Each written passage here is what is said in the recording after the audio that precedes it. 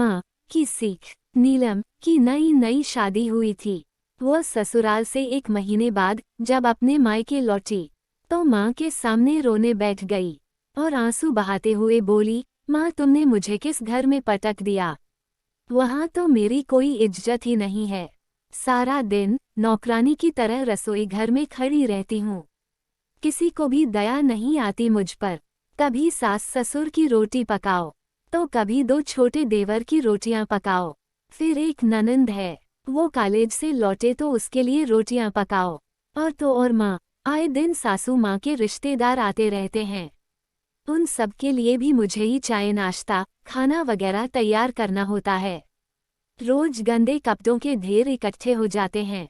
आराम ही नहीं मिलता, जिंदगी नरक सी बन गई है।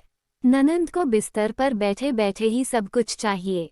जानती हो बीते दिन मुझे अपने पति पर तब गुस्सा आया जब उन्होंने महीने की पूरी तनख्वाह सासू माँ के हाथ में रख दी और मुझसे कहा तुम्हें जो कुछ भी चाहिए एक पर्ची पर लिख देना, मैं शाम को ड्यूटी से छुट्टी होने पर लेता आऊंगा। नीलम की बातों को ध्यान से सुनकर माँ ने थोड़ा सोचकर कहा, तो तुम क्या चाहती हो? नीलम बोली, मुझे उन सबके साथ नहीं रहना, बस मैं और मेरे पति हम दोनों अलग अपनी गृहस्थी बसा ले। कुछ ऐसा उपाय बताओ। माँ ने हुंकार भरते हुए कहा, बेटा तुम्हारे पास 2 ही रास्ते हैं। एक तो तुम वहीं रहो और उन सब की सेवा करो, क्योंकि वह परिवार भी अब तुम्हारा ही है। और अगर तुम चाहती हो तो तुम अपने पति को किसी किराए के मकान में ले जा सकती हो। वहाँ तुम्हें किसी का खाना नहीं पकाना पड़ेगा, किसी के कपड़े नहीं धोने पड़ेंगे। पति की पूरी तनख्वाह भी हाथ में ही तुम्हें मिलेगी। लेकिन याद रखना, जब तुम्हारे कोई पुत्र होगा और जब वह बड़ा हो जाएगा उसकी भी शादी होगी। घर में तुम्हारे जब बहू आएगी उस वक्त तुम यही चाहोगी कि मेरा बेटा और मेरी बहू मेरे ही साथ रहे और मैं अपने नाती पोतों के साथ खेलूं।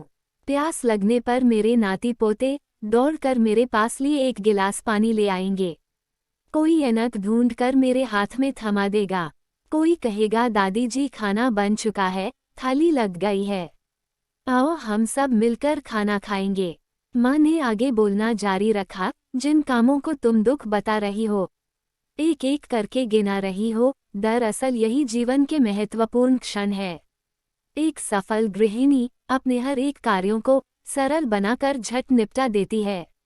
उसका रोना नहीं रोती। दुनिया में जो लोग सफल हुए हैं वो अपनी जिम्मेदारियों से भागते नहीं, बल्कि अपनी जिम्मेदारियों को बखूबी निभा लेते हैं। और बेटा, ये जो तुम जिन्हें दुख समझ रही हो ना, वो दरअसल तुम्हारी सासू माँ तुम्हें एक जिम्मेदार बनना सिखा रही।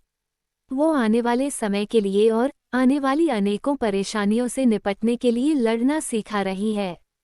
वर्षों से हर सास अपनी बहू को अपनी जगह पर जिम्मेदार बनाने के लिए ऐसा करती आई है। कल तुम भी अपनी बहू को जिम्मेदार बनाने के लिए उसे मजबूत बनाओगी। बेटा, घर के बुजुर्ग कब तक है और कब नहीं कोई नहीं जानता। वो अपनी आने वाली पीढ़ियों को मजबूत और रिश्ते निभाते हुए देखना चाहते हैं। कल तुम भी अपने बच्चों से यही आशाएं रखोगी। नीलम की आंख में आंसू थे। नीलम ने उसी वक्त अपना बैग उठाए और बोली, बस माँ, मैं समझ गई, आपकी बातों में अनमोल सीख है। मैं चली अपने ससुराल, शाम होने वाली है। सासू माँ के पैरों में दर्द रहता है, उनके घुटनों की मालिश भी करनी है। नीलम इतना कहकर मुस्कुराती हुई ससुराल की ओर चल दी। वहीं दूसरी ओर माँ अपनी बेटी की समझदारी पर मुस्कुरा रही थी। दोस्तों, ये कहानी कैसी लगी कमेंट बॉक्स में जरूर बताएं।